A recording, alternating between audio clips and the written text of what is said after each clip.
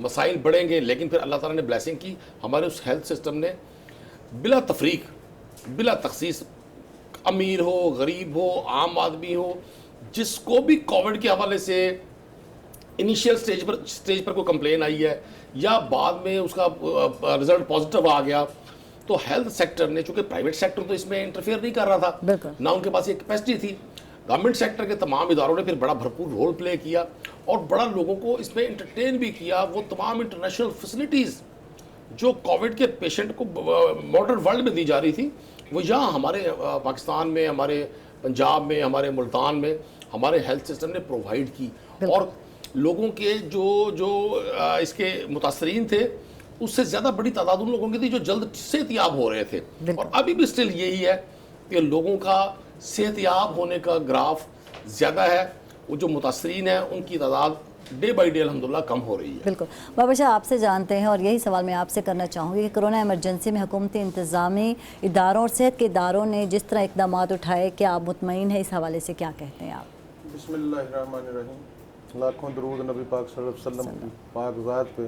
بے شک. میں نے جو دیکھا,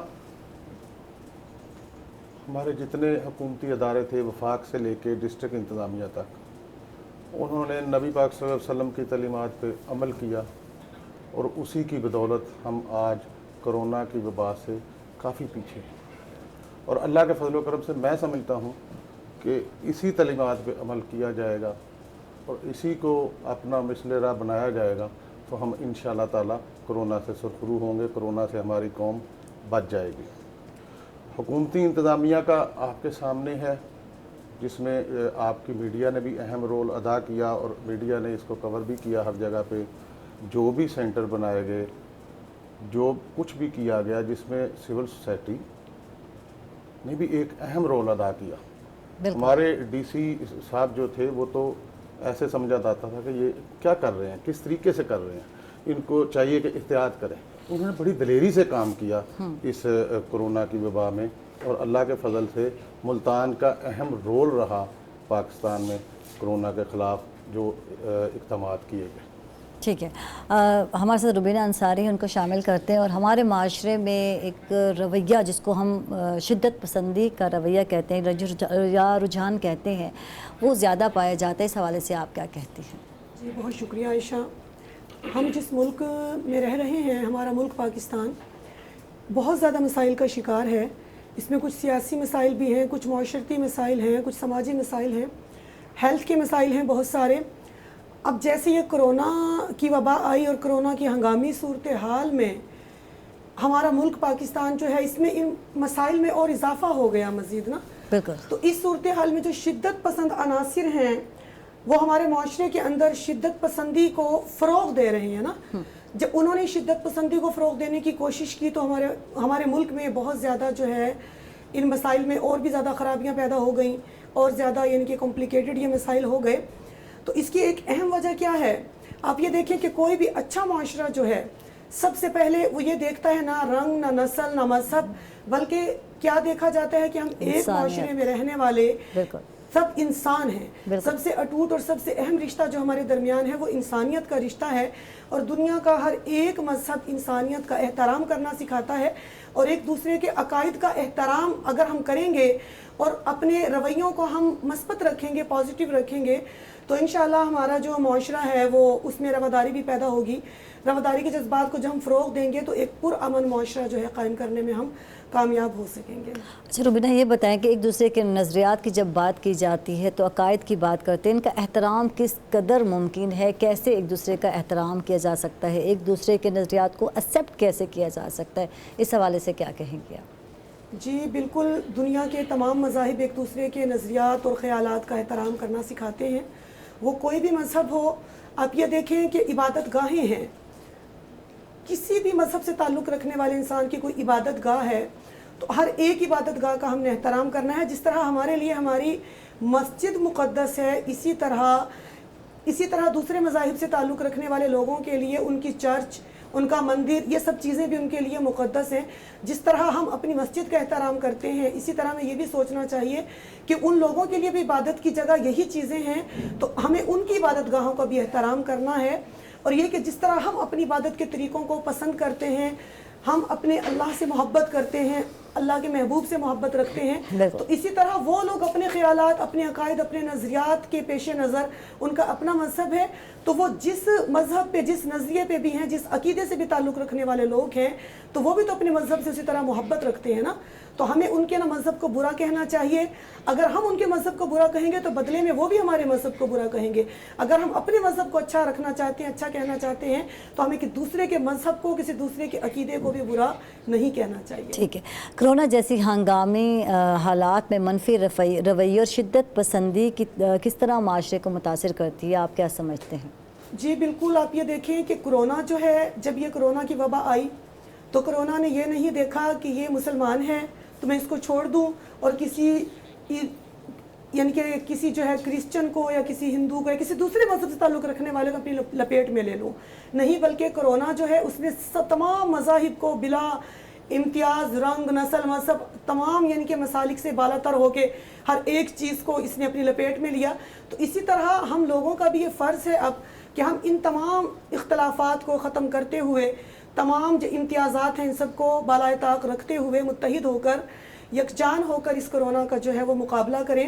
اور آپ یہ دیکھیں کہ بہت ساری جگہوں پہ یہ دیکھنے میں آیا ہے کہ جو یہ بین المسالک یا بین المذاہب جو ہے, آپ یہ فرقہ واریت کو بھی بہت ساری جگہوں پہ ہوا دی گئی نا, اس کو شے دی گئی کہ اگر راشن کہیں تقسیم کیا گیا ہے تو لوگوں نے اس چیز کو بھی یہ دیکھا کہ نہیں, یہ اہل حدیث مسلک سے تعلق رکھنے والا ہے, ہم اہل حدیث ہیں تو ہم نے اہل حدیث کو دینا ہے, دیوبند کو نہیں دینا, ہم نے کسی بریلوی کو نہیں دینا, جبکہ ان امتیازات کو ہم نے ختم کرنا ہے, ہم نے صرف انسانیت کو دیکھنا ہے. ٹھیک ہے, انسانیت کو فروغ دینا ہے, کسی مذہب, کسی رنگ سے جس کا بھی تعلق اس سے کوئی جو ہے مبرہ ہے, کوئی کسی کی پرواہ نہیں, صرف یہ دیکھنا ہے کہ انسان ہے اور اس کی ہیلپ آؤٹ کرنی ہے. ندیم قریشی صاحب, آپ سے جانتے ہیں, اور کسی بھی معاشرے میں ایک قائد کی ہم جب بات کرتے ہیں, اور یقیناً آپ بھی ایک قائد ہیں, ایک سیاسی پارٹی سے تعلق رکھتے ہیں, قائدین کی کیا اہمیت ہے, آپ کیا کہیں گے اس حوالے سے؟ دیکھیں, جو شخص لیڈ کر رہا ہوتا ہے وہ اس کے اوپر بڑی بھاری ذمہ داری عائد ہو جاتی ہے. قائد کا لفظ کہنے کو تو بڑا آسان ہے, لوگ تو بڑی آسانی سے کہہ دیتے ہیں, اس کی ذمہ داریاں بہت زیادہ ہیں. بالکل. جب آپ کسی بھی سوسائٹی کو, کہ کسی ایک شعبے کو بھی, یا کسی انسٹیٹیوٹ کو, یا کسی محلے کو, کسی گلی کو, ایون کہ آپ ایک ہاکی, کرکٹ یا فٹ بال کی ٹیم کو بھی لیڈ کر رہے ہوتے ہیں, تو آپ کی رسپانسبلٹی بہت زیادہ بڑھ جاتی ہے. آپ کے جو فالوور ہوتے ہیں انہوں نے آپ کو فالو کرنا ہوتا ہے, وہ آپ کے عمل کو, آپ کے کال کو, آپ کے فیل کو, دونوں کو واچ کر رہے ہوتے ہیں. اور میں سمجھتا ہوں بہت سارے لیسنز ایسے ہوتے ہیں جو زبان سے کہنے کی بجائے اپنے عمل سے لوگوں تک پہنچائے جاتے ہیں. تو قیادت کی ذمہ داری بڑھ جاتی ہے. ہمیں عصر حاضر میں بہت ساری جگہوں پر ڈفرینٹ لیڈرشپ کو دیکھنے کا موقع ملتا ہے, لیکن جب بھی ہم قائد اعظم محمد علی جناح رحمۃ اللہ علیہ کو پڑھتے ہیں, دیکھتے ہیں, ان کی ساری ایکٹیویٹیز کو جج کرتے ہیں, تو ہمیں نظر آتا ہے کہ یہ وہ آئیڈیل لیڈرشپ ہے کہ جہاں ذاتی مفادات پس پشت ہوتے ہیں, نیشنل ایجنڈا یا جس کاز کو لے کر آپ چل رہے ہوتے ہیں, بھلے آپ کسی انسٹیٹیوٹ کو لیڈ کر رہے ہوتے ہیں, تو آپ کے لیے اپنے ادارے کا, اپنے ملک کا, اپنے شہر کا, اپنی ریاست کی جو مفادات ہوتے ہیں, ان کی ذمہ داری آپ کے ذاتی فوائد سے زیادہ ہو جاتی ہے. تو میں سمجھتا ہوں قیادت اگر بے لوس ہوگی, قیادت اگر آنیسٹ ہوگی, قیادت اگر ڈیڈیکیٹڈ ہوگی, قیادت اگر اس میں کریج ہوگی, تو وہ اپنے فالوورز کو ٹارگٹ تک پہنچانے میں بہت شاندار رول پلے کر سکتے ہیں. ٹھیک ہے. اچھا, یہاں فروغ امن کی جب بات کرتے ہیں اور یکجہتی کی جب بات کرتے ہیں, تو اس کے حوالے سے قائدین کا کیا کردار ہونا چاہیے, آپ کیا سمجھتے ہیں؟ بہت بڑا کردار ہے, بہت بڑا کردار. دیکھیں, پاکستان ان ملکوں میں ہے ابھی بدنصیبی سے ہم 100% ایجوکیشن میں نہیں ہیں. ابھی ہم بڑے میں سمجھتا ہوں آلموسٹ 45 کے قریب ہماری ایجوکیشن لیول ہے, اور اس میں بھی بہت سارے پرائمری ایجوکیشن کے لوگوں کو بھی ہم اٹیچ کرتے ہیں. تعلیم شعور دیتی ہے. ہم لوگ جب لیڈ کر رہے ہوتے ہیں تو ہم بعض اوقات اپنے فالوورز کے ایموشنز کو استعمال کر رہے ہوتے ہیں. لیڈرشپ کے اپنے کوئی ڈیفرنٹ ٹارگٹس ہوتے ہیں جن سے وہ لوگوں کو بعض اوقات بڑے اچھے راستے پر اور کئی جگہوں پر بڑے ایک مشکل راستے پر جہاں ذاتی مفادات لیڈرشپ کے ہوتے ہیں لے کر جا رہے ہوتے ہیں. قیادت کی بڑی ذمہ داری ہوتی ہے ایک پرامن, ایک روادار, ایک متوازن معاشرے میں متوازن, پرامن اور صلح جو لیڈرشپ جو لوگوں کو پازیٹیولی لیڈ کرے, لوگوں کو ٹارگٹ دے, اپنے آپ کو ٹارگٹ دے اور اس ٹارگٹ کی طرف سب لوگوں کو سپیس دے کر معاشرے میں موجود ہر مکتبہ فکر کے لوگوں کو ان کی رائے سن کر ان کی رائے کو احترام دے کر اپنا جو ٹارگٹ ہے اس کی طرف وہ بڑھے. نہ کہ یہ ہے کہ اگر میں کسی چیز کو لیڈ کر رہا ہوں اور آپ کے عقائد یا آپ کے خیالات یا آپ کے نظریات مجھ سے متصادم ہیں تو میں پھر آپ کو زور زبردستی اپنی طرف قائل کرنے کی کوشش کروں, یہ مناسب نہیں ہوتا. قیادت لوگوں کو سپیس دیتی ہے, قیادت سنتی ہے, قیادت سناتی ہے, اور قیادت جب گراس روٹ لیول کی ہو, قیادت جب عوام سے ہو, قیادت ڈرائنگ روم سے نہ آئی ہو, تو اس قیادت کو لوگ خود بخود پھر فالو کرتے ہیں. اور بہت بڑا رول ہے لیڈرز کا.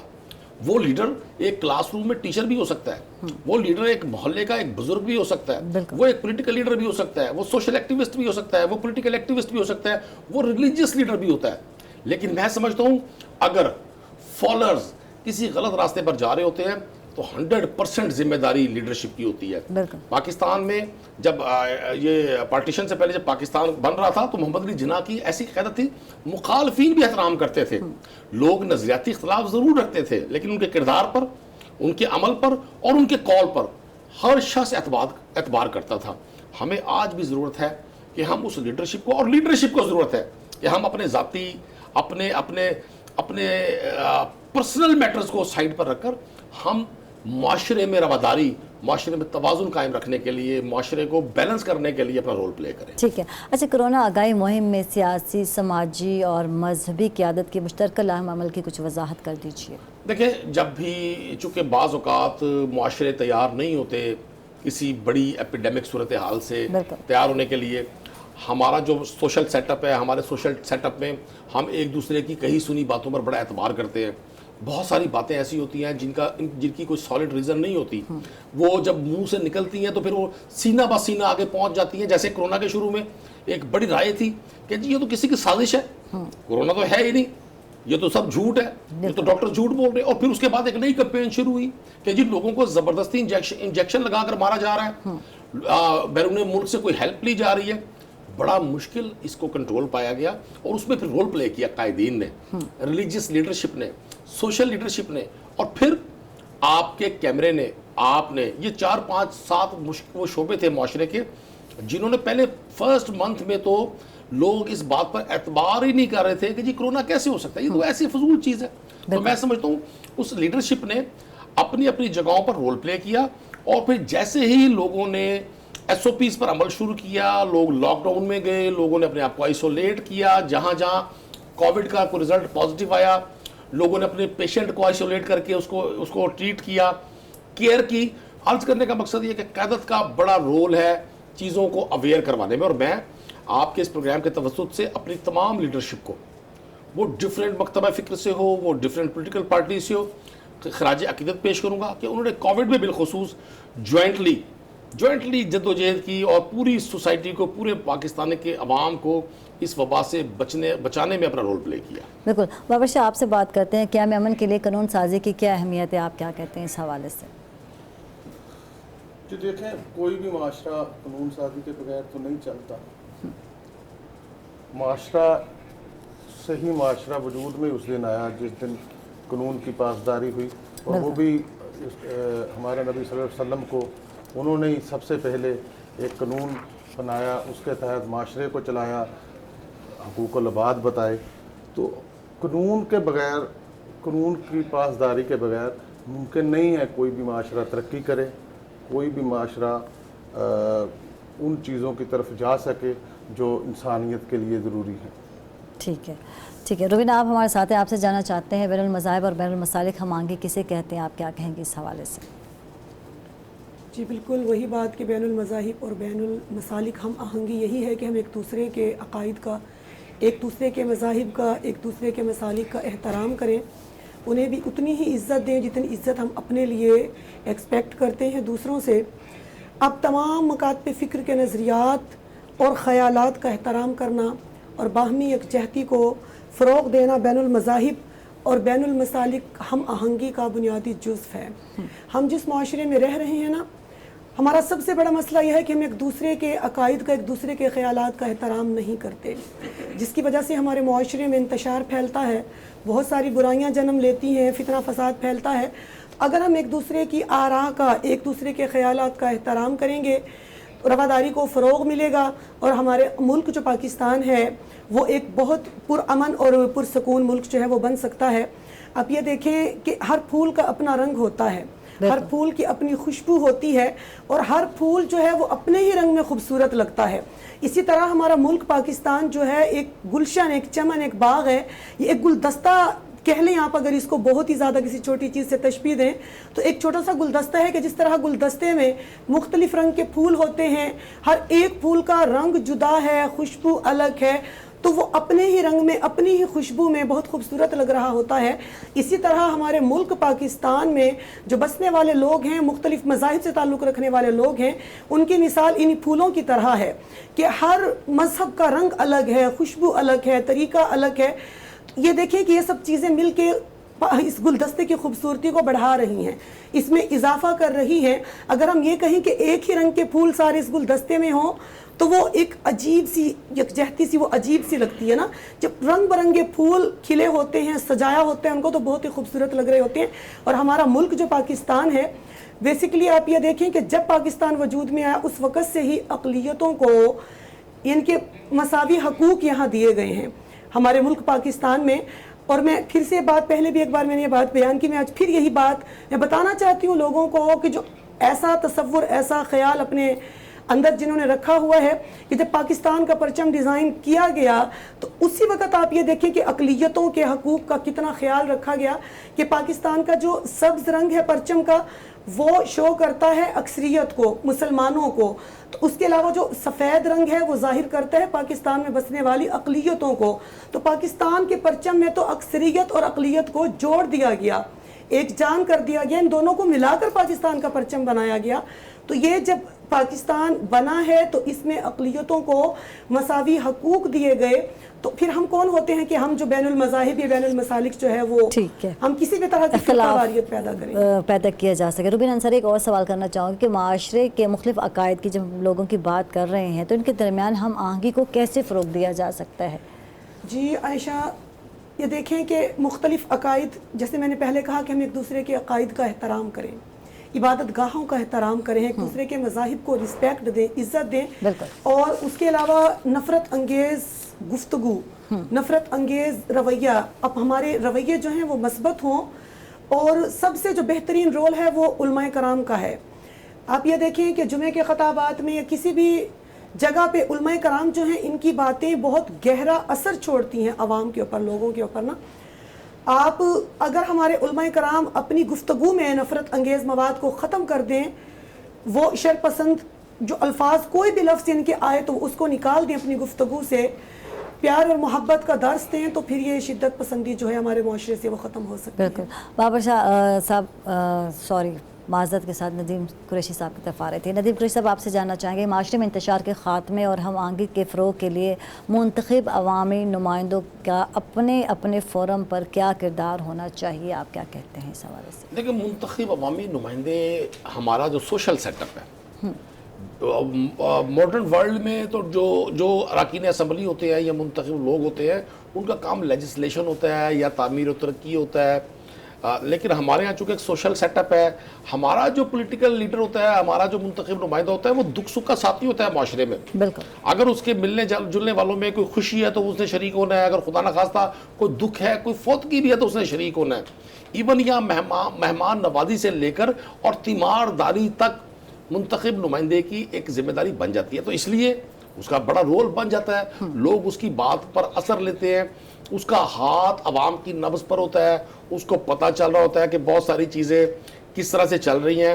تو منتخب اراکین جب عوام کے ساتھ اس تک چکے، وہ عوام سے ہی ہوتے ہیں، وہ شخص عام آدمی ہوتا ہے، اس کو تمام لوگ مل کر منتخب کرتے ہیں کہ جی یہ ہمیں ریپرزینٹ کرے گا میونسپل کارپوریشن میں، ڈسٹرکٹ کونسل میں، پروونشل اسمبلی میں، نیشنل اسمبلی میں۔ تو وہ چونکہ خود عوام کو لیڈ کر رہا ہوتا ہے تو اس کو ہر چیز کا پتہ ہوتا ہے۔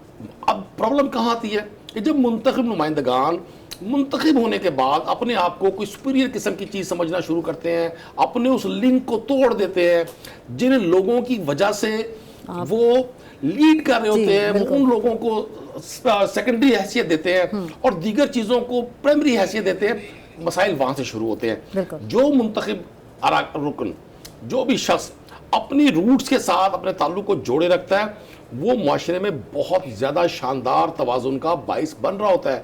اس کو پتہ چل رہا ہوتا ہے کہ اس کے محلے میں, اس کی گلی میں, اس کی کالونی میں, اس کے اس ایریا میں کیا ایشو ہے, اور مختلف ایشوز. مطلب ہم یہ بین المذاہب یا بین المذہب ہم آنگی یا رواداری سے ہٹ کر بھی اگر دیکھیں تو بہت ساری چیزیں سوسائٹی میں, شہروں میں ایسی چل رہی ہوتی ہیں جو بعض اوقات چیزوں کو پینک کر رہی ہوتی ہیں. ٹھیک ہے. اچھا, جب ہم سوسائٹی کی بات کرتے ہیں تو پاکستان کو معاشی سطح پر کن مشکلات کا سامنا ہے, کیا آپ کیا سمجھتے ہیں؟ دیکھیں, میں سمجھتا ہوں پاکستان کو بہت زیادہ مسائل کا سامنا ہے. میں نے جتنا پڑھا, مجھے پڑھنے کا اتفاق ہوا, اس وقت دنیا کو جو بھی ممالک لیڈ کر رہے ہیں انہوں نے اپنے نیچرل ریسورسز کو, جو اللہ نے ان کو وسائل دیے, ان کو اپنی اکنامکس کی بیک بون بنایا, اپنی اکانومی کی بیک بون بنایا. جن ملکوں میں آئل تھا وہ آئل کو انہوں نے اپنے لیے ہتھیار کے طور پہ استعمال کیا, جہاں دیگر چیزیں تھیں. پاکستان چونکہ بنیادی طور پر ایگریکلچرل ملک ہے, پاکستان کا نہری نظام دنیا کا سب سے بڑا جدید نہری نظام ہے. پاکستان میں سارے موسم ہیں.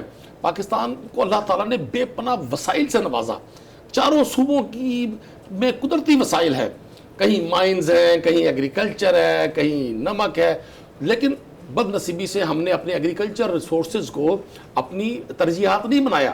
ہماری ایگریکلچر ہماری ترجیح کبھی نہیں رہی, ہماری مائنز ہماری ترجیح کبھی نہیں رہی, ہماری فشریز ہماری ترجیح کبھی نہیں رہی. ہمارا جو سارا KPK سے زیادہ ہمارا جہاں ٹورسٹ کو ہم بلا کر اٹریکٹ کر کے اور اپنے ملک کی نہ صرف مثبت چہرے کو دنیا کے سامنے پیش کر سکتے تھے, ہماری ترجیحات کا تعین مناسب نہیں تھا. اب میں سمجھتا ہوں بہت ساری چیزیں بڑی رائٹ سمت میں جا رہی ہیں, چونکہ یہاں ایڈہاکزم تھا. جب آپ ایڈہاکزم سے نکل کر لانگ ٹرم پالیسیز پر جائیں گے تو پھر ٹائم تو لگتا ہے, چیزیں بہتر ہونے کی طرف جاری ہوتی ہیں. میں آج بھی اس بات کا قائل ہوں کہ ہم اپنے نیچرل ریسورسز کو, وہ بلوچستان, KPK, سندھ, پنجاب, کشمیر, گلگت بلتستان, بے پناہ دنیا کی ہر وہ چیز, گرم سرد, فروٹس, مائنز, فشریز, نیچرل نعمتوں سے, بلیسنگ سے یہ بھرا ہوا خطہ ہے پاکستان. بالکل, نو ڈاؤٹ. تو جس روز ہم نے اپنی نیچرل ریسورسز کو اپنی پرائرٹی بنا لیا اور ان کو ہم نے ان کی مارکیٹنگ پر بھی توجہ دی, ان کی پروڈکشن پر بھی توجہ دی, دنیا کی کوئی طاقت پاکستان کو انٹرنیشنلی لیڈ کرنے سے روک سکے گی. ٹھیک ہے. نیشنل ایکشن پلان کیا ہے, اس کی ضرورت اور اہمیت پر روشنی ڈالے, اس حوالے سے آپ کیا کہتے ہیں؟ دیکھیں, میں سمجھتا ہوں نیشنل ایکشن پلان اس وقت آیا جب پاکستان کو انٹرنیشنلی بہت ساری سازشوں کا شکار کیا گیا. یہاں دہشت گردی کی ایک بہت بڑی لہر آئی. 15 سال ہماری مسلح افواج نے, ہماری پولیس نے, ہماری سول سوسائٹی نے, ہماری لا انفورسمنٹ ایجنسیز نے, ہمارے معصوم بچوں نے, مطلب آرمی پبلک اسکول کے بچوں کا وہ حادثہ کون بھول سکتا ہے, کون بھول سکتا ہے وہ ان معصوم بچوں کے ساتھ جب ظلم کیا گیا. پھر ہمیں قومی سطح پر ہم نے ایک ایسے ایکشن پلان کی طرف بڑھے کہ جہاں ہم نے تمام مکاتب فکر کو آن بورڈ لیا اور ڈیسیجن کر لیا کہ ہم نے اب اچھے اور برے کی تمیز کی بجائے ہر اس شخص کو جو اس معاشرے میں ہیجان پیدا کر رہا ہے, جو اس معاشرے میں ہماری سرحدوں کے اندر, سرحدوں سے باہر ہمارے ملک کو نقصان پہنچا رہا ہے, ہم نے اس کا مقابلہ کرنا ہے. اور پھر آپ دیکھیں کہ الحمدللہ میں یہ کریڈٹ دوں گا پاکستان کی مسلح افواج کو, پاکستان کو, ان اداروں کو, پاکستان کے میڈیا کو جنہوں نے نشاندہی کی, اور پھر پوری پاکستانی قوم کو جنہوں نے اس سارے نیشنل ایکشن پلان کے پیچھے کھڑے ہو کر اپنے اداروں کو سپورٹ کیا, پولیٹیکلی بھی سپورٹ کیا, مورلی بھی سپورٹ کیا. اور پھر رزلٹ یہ نکلا کہ آج وہ تمام معاملات, وہ دہشت گردی جس کی وجہ سے پاکستان کو اربوں ڈالر کا اور قیمتی ترین جانوں کا نقصان برداشت کرنا پڑا, انسانی جان کی تو کوئی قیمت ہی نہیں ہے. آج اس نیشنل ایکشن پلان پر بہت ساری جگہوں پر ہم نے بڑا شاندار عمل کیا اور کچھ جگہ پر کچھ لیپسز بھی رہے. تو میں سمجھتا ہوں نیشنل ایکشن پلان نے اور اس کی تمام ایکٹیویٹی نے اس معاشرے کو ایک متوازن معاشرہ بنانے میں بڑا رول پلے کیا. میں آج بھی اس بات کا قائل ہوں کہ نیشنل ایکشن پلان کے وہ پورشنز, وہ شعبے جو کسی بھی وجہ سے نگلیکٹڈ ہیں, اگر ہم ان کو بھی توجہ دیں تو ہم اپنے اس دشمن کو جو ابھی بھی اس انتظار میں ہے کہ وہ اس معاشرے کو متوازن معاشرہ نہ بننے دے, یا مختلف لوگوں کے درمیان سازشیں کر کے, مختلف لوگوں کو باہر سے بیٹھ کر انجیکٹ کر کے تو یہاں ہیجان برپا رکھے, ابھی بھی ہمیں نیشنل ایکشن پلان پر اداروں کو بھی 100% فوکس کی ضرورت ہے. کیونکہ نیشنل ایکشن پلان سے ہمارا ہٹنا یا ہماری کسی بھی نوعیت کی پہلو تہی ہمیں کسی بڑے نقصان کا سامنا کرنے پر مجبور کر سکتی بالکل ہے۔ روبینہ ہمارے ساتھ ان سے بات کرتے ہیں، اور خواتین کی جو ہے خواتین کے رول کی جب ہم بات کرتے ہیں تو قیام میں امن کی سرگرمیوں میں خواتین کی جو ہے رول کی کیا اہمیت ہے، کیا کہیں گے آپ اس حوالے سے؟ جی بالکل، جیسا کہ ہم سب جانتے ہیں کہ پرامن معاشرے کی تشکیل کے لیے عورت کا کردار ہمیشہ سے ہی بہت ضروری اور اہم رہا ہے، اور خصوصاً ہمارے ملک میں عورت چاہے کسی بھی شعبہ زندگی سے اس کا تعلق ہو، اس کی اہمیت جو ہے وہ بہت زیادہ ہے اور اس کا کردار بہت مثبت ہے۔ اور آج اگر ہم دیکھیں کہ ہماری خواتین نے اپنی ان کے اسمبلیوں میں جن کی تعداد میں روز بروز اضافہ ہو رہا ہے، اور ملکی امن اور رواداری کے لیے جو پیش کی گئی ہیں اسمبلی میں قراردادیں، ان کی بھرپور حمایت کر کے قانون سازی کے عمل کو فروغ دینے میں بھی انہوں نے اپنا بھرپور کردار ادا کیا، اور پھر تمام ملکی اور بین الاقوامی فورمز میں ہمیشہ وہ اپنا کردار جو ہے وہ ادا کرتی رہی ہیں۔ اور جہاں تک تعلق ہے یہ کرونا کی ہنگامی صورتحال کا، تو اس صورتحال میں بھی خواتین چاہے ان کا تعلق وہ کوئی سیاسی یا سماجی کارکن کی حیثیت سے ہو، کوئی ٹیچر ہیں، ڈاکٹر ہیں، نرس ہیں، پیرامیڈیکل سٹاف ہیں، تو آپ یہ دیکھیں کہ اس صورتحال میں بھی ان کی جو کارکردگی تھی یا ان کا جو کام تھا، اسی کام کو دیکھتے ہوئے حکومت پاکستان کی طرف سے جو ٹاسک فورس جو ہے وہ قائم کی گئی، تو اس میں بھی خواتین کو جو ہے بھرپور نمائندگی وہ دی گئی، نو ڈاؤٹ، بالکل اس کو بھی بھرپور جو ہے نمائندگی دی گئی۔ یعنی کہ خواتین ہر شعبہ زندگی سے، اگر ہم چاہتے ہیں کہ ہمارا ملک پاکستان اس میں امن ہو، اس میں رواداری ہو، تو خواتین بالکل بھی پیچھے نہیں ہے، اپنا رول، اپنا کردار بھرپور طریقے سے وہ ادا کر رہی ہیں۔ تھینک یو جی، بہت بہت شکریہ روبینہ انصاری، آپ تشریف لائیں، بہت اچھا لگا آپ سے گفتگو کر کے۔ سید بابر شاہ صاحب آپ کا بہت بہت شکریہ، آپ تشریف لائے، اور ہمارے ساتھ محمد ندیم قریشی صاحب تھے، MP ہیں، آپ کا بہت بہت شکریہ، آپ تشریف لائے۔ اس کے ساتھ ہی ناظرین اپنا بہت سارا خیال رکھیے گا، اپنے ساتھ دوسروں کا بھی خیال رکھیے گا۔ عائشہ کو دیں گے اجازت، اللہ حافظ۔